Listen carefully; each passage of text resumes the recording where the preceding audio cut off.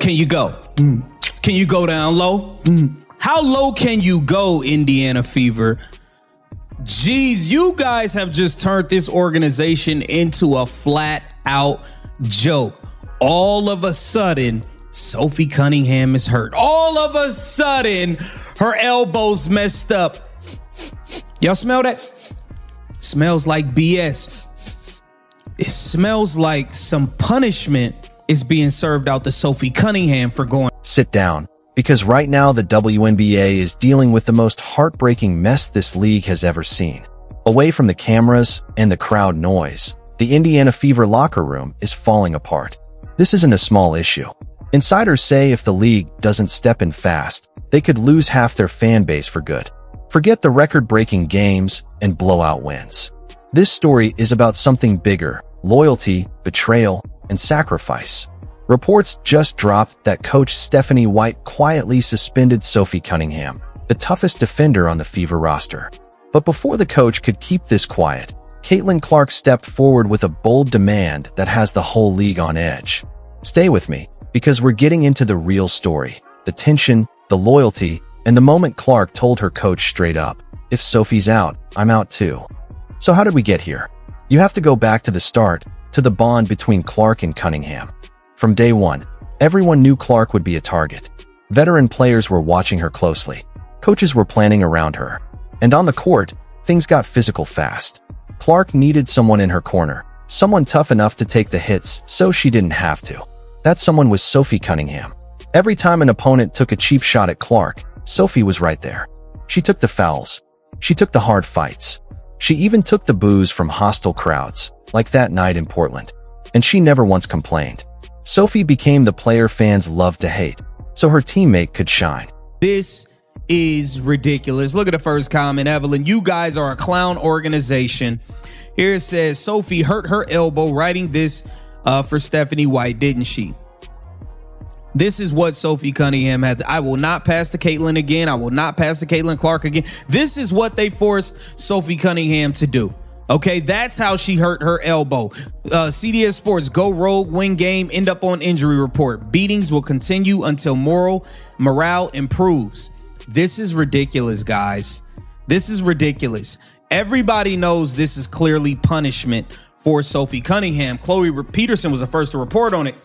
She said, Sophie Cunningham is questionable with a right elbow injury for tomorrow's game.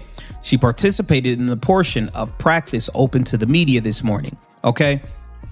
And everybody knows every comment is that this is punishment. Look here, Sophie being put in timeout for speaking what's on her mind. Word got out fast, and behind the scenes, that same loyalty was reportedly causing tension with the coaching staff.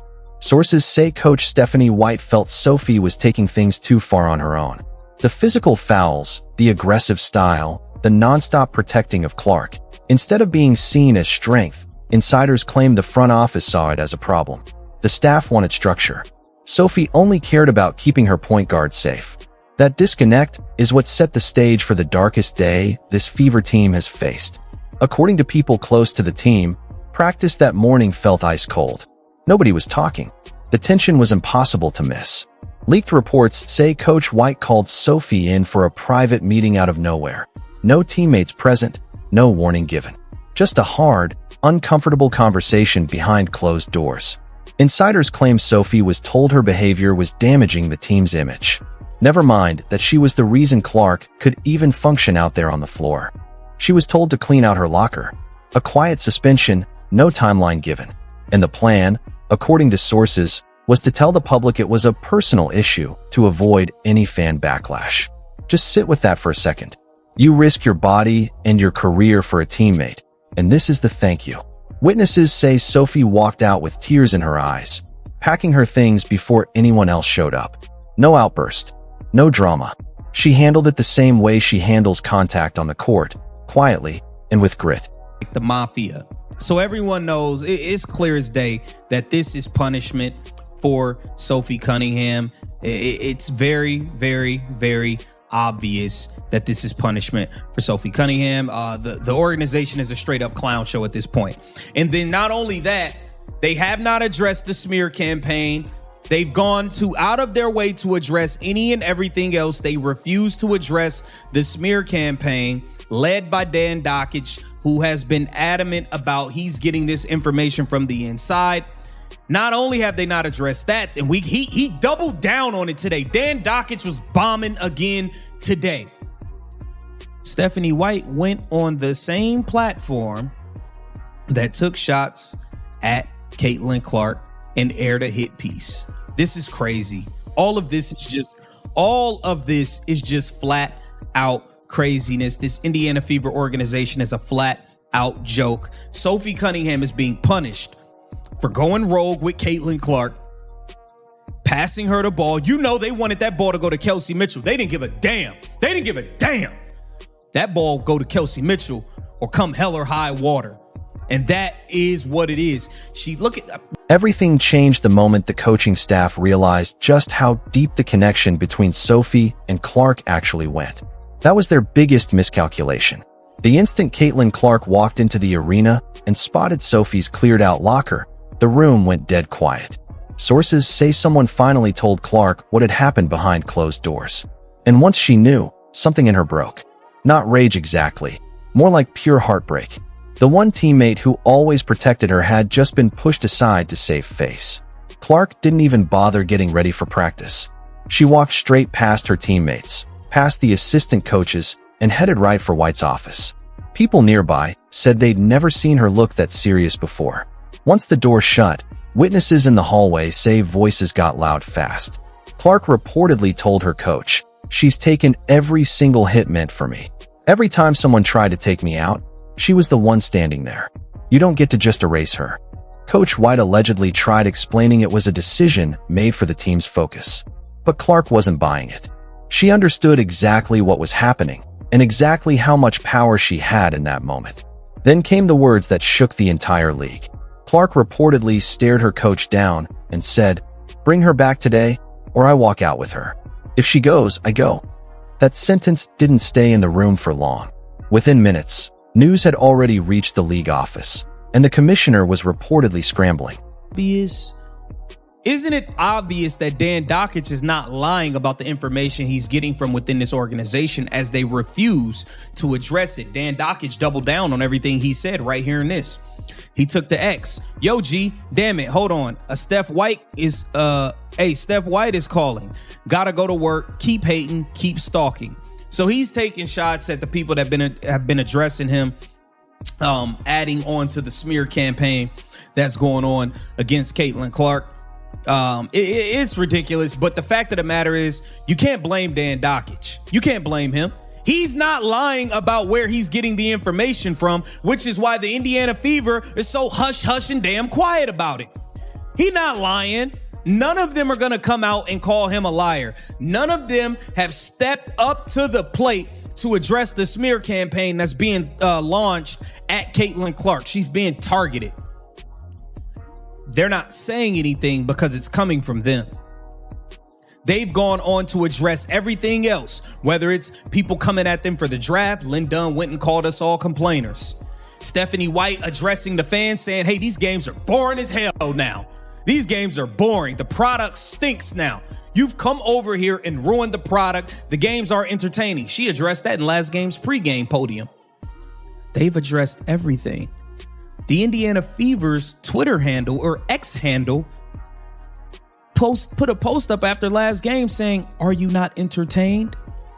They've been addressing everything publicly but this, because they are in on it. Make no mistake about that. Make no mistake about that at all. And then Stephanie... Let's be real about what's happening here. The league knows exactly who's filling those seats right now. The sold-out arenas, the record TV numbers, the jersey sales. That's all Caitlin Clark and the Fever's momentum. If Clark refuses to play in protest, the league takes a massive financial hit, and everyone knows it.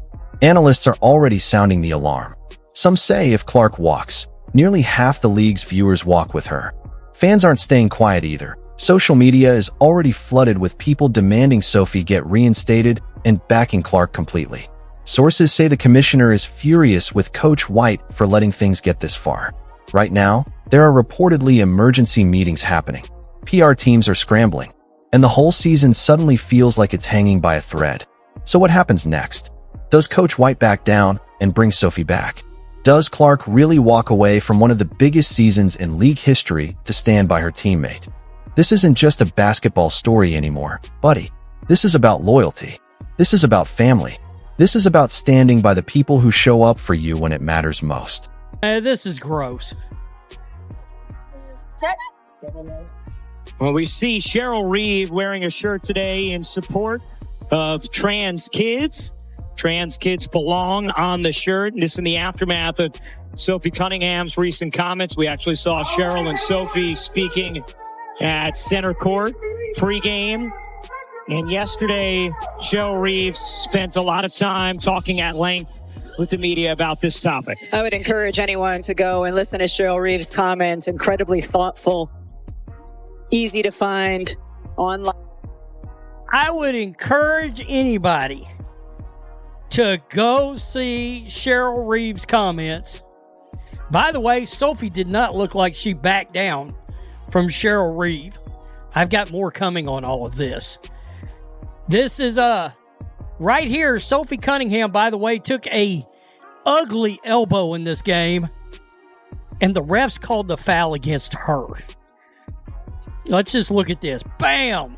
Hit her right in the jaw. And the refs, they swallowed their whistles. I'd love to know why. Lynx defeated the Fever 108-100. And you could see the deficiencies in this team showed out. The bench is not deep enough.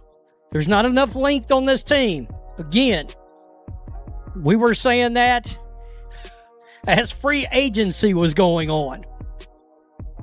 And then the draft, when it really blew up, and they took Raven Johnson instead of a big. And they got rid of Justine Passat.